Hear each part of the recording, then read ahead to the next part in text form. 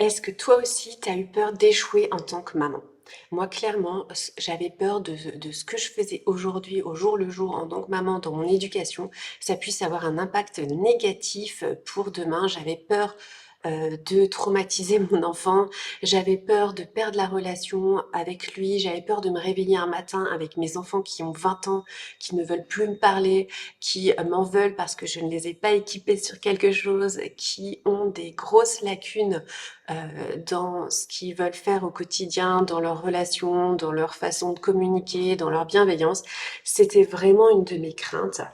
Et parfois, ben, en fait, cette crainte, elle était très néfaste puisqu'en fait, elle me freeze sur place, elle me gelait, elle m'empêchait complètement, et bien sur certains domaines, ben, d'éduquer mon enfant et de vraiment l'accompagner en fait parce que j'étais paralysée par le fait de faire des erreurs et que je n'étais pas sûre de moi, je n'étais pas sûre des leviers euh, que j'actionnais et s'ils allaient fonctionner ou pas.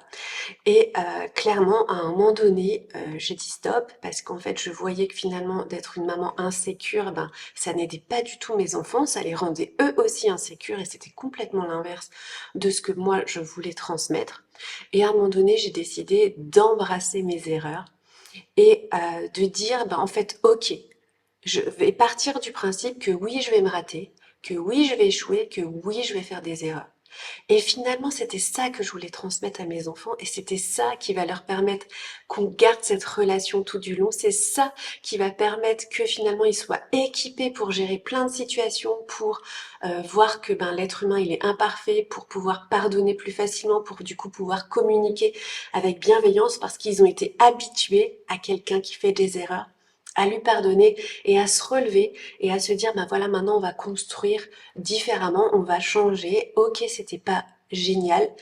Et qu'on soit clair, oui, tu peux éventuellement faire des mini-traumas à ton enfant en te trompant, mais normalement, ça ne va pas durer si tu communiques avec tes enfants sur tes erreurs, si tu vas l'accompagner dans tes erreurs, si tu vas lui dire, bah, ok, c'était pas la méthode adaptée. Et en fait, c'est ça qui est fait qui va grandir, c'est ça qui va faire que demain, ça va être un adulte construit, épanoui, en fait. Et du coup, ben, au lieu d'avoir peur de faire des erreurs, faisons des erreurs, plantons-nous.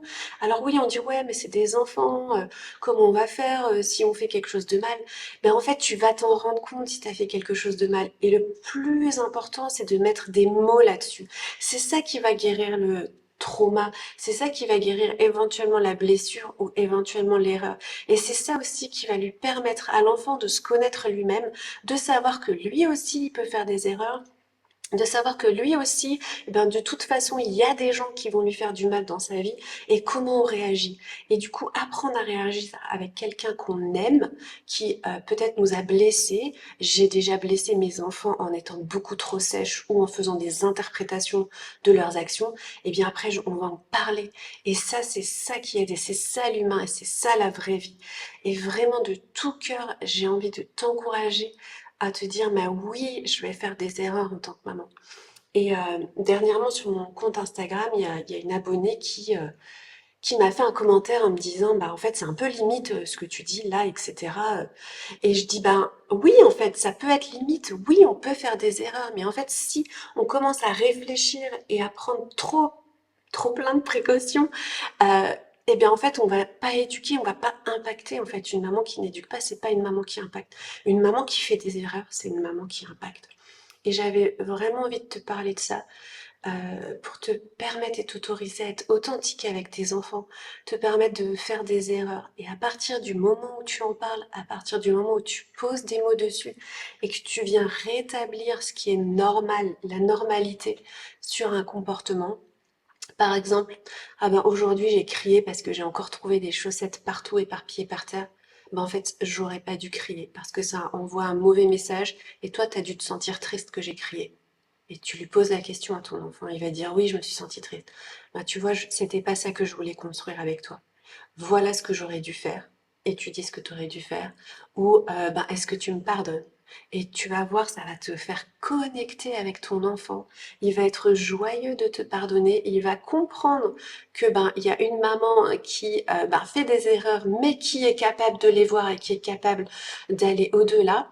Et il va apprendre ça de toi. Et vraiment, n'aie pas peur de faire des erreurs. Parce que parfois, quand on a peur de faire des erreurs, on va pas au plus profond de ce qu'on est en tant que maman. Et on a besoin de ce qu'on est en tant que maman pour aller impacter nos enfants. Il n'y a pas deux familles différentes, il n'y a pas deux mamans différentes. Et je voulais t'encourager à te dire, si tu fais des erreurs, tu vas aussi trouver qui tu es vraiment en tant que maman et ça va te permettre d'être impactant pour tes enfants. Et ça va te permettre d'économiser ton énergie aussi parce que tu feras des choses qui te ressemblent. Euh, Vraiment, je voudrais bah, discuter avec toi sur ce sujet. Je te ouvrir mon cœur. C'est vraiment un sujet qui pour moi est hyper important de briser ce mythe de la perfection et de ne jamais se tromper. Et j'avais envie que toi aussi, bah, tu aies cette occasion de me raconter ton histoire et qu'on puisse en discuter ensemble. Alors tu peux répondre soit en commentaire, soit si tu as reçu cette vidéo dans un email, réponds à cet email. Ce sera avec grand plaisir que j'aimerais connaître ton histoire. Salut!